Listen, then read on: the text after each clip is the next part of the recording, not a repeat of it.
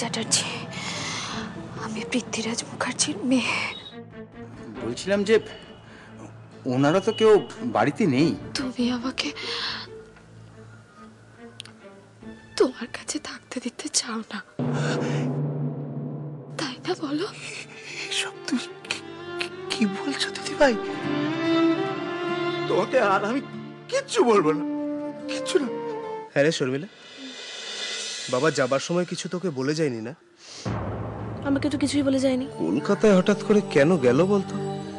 সেটা তো আমিও বুঝতে পারছি না। তোমরা একজনকে ফোন করো না, তাহলেই তো জানতে পারবে দাদুভাই কোথায় আছে। কাকে? মিষ্টির দিকে। দাদুভাই নিশ্চয়ই মিষ্টির দিকে সবকিছু বলে গেছে। ভালো কথা বলেছিস গুড্ডু।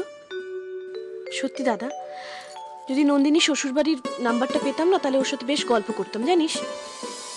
এখন নিশ্চয়ই চা খেতে খেতে বরের সঙ্গে চুটিয়ে গল্প করছে। বল, নন্দিনীকে আমরা কেউ ভুলতে পারলাম না রে।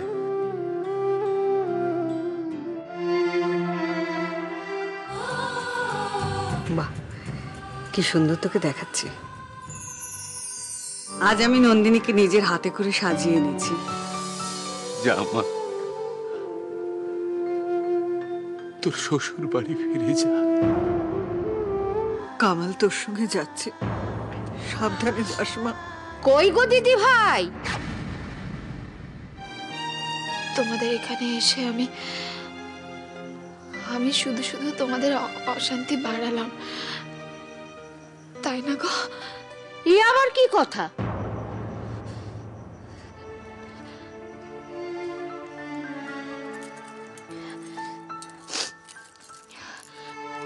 পিসি,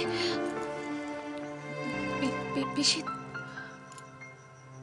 এগুলো তুমি তোমার কাছে রাখো না। হ্যাঁ, তোমার এই গয়না আমার কাছে রেখে দেবো? পঞ্চু জানতে পারলে আমার মুখ দর্শন করবে। ও হয়তো বাড়িতে আসাই ছেড়ে দেবে। পঞ্চুদার একটুও তোমার উপর রাগ করবে না। কি কি বলবে তুমি? হ্যাঁ,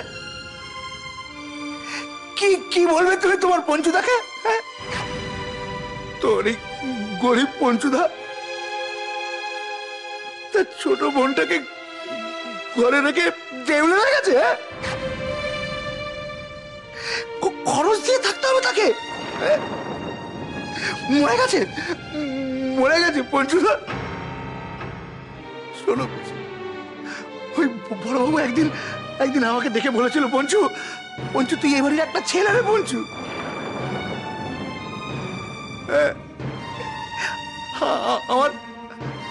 আমার এখনো মনে হতো ছাড়া। থাম পঞ্চু, থাম বাবা। থামতে পারি না পিসি, থামতে পারি না। চাটুর্য বাড়ির লক্ষ্মীটা কেমন কালি হয়ে গেছে দেখো পিসি। ওই পদ্ম আমাকে ডেকে বলতো, ও পঞ্চুদা দেখো শানু দাদা দিদি ভাইকে দেখো। ঠিক যেন লক্ষ্মী নারায়ণ। পঞ্চুদা, তোমার দিদিভাই মরে গেছে। কি মরে গেছে দিদি ভাই? বললেই হবে মরে গেছে? হ্যাঁ, ও দিদি ভাই চাটুর্য বাড়ি ভাত নুন খেয়েছি গো দিদি ভাই। তার লক্ষ্মীকে যদি আমি মরে যেতে দেবো? না দিদি ভাই, না, কিছুতেই না। পঞ্চুদা, তুমি কিন্তু আমাকে কথা দিয়েছো,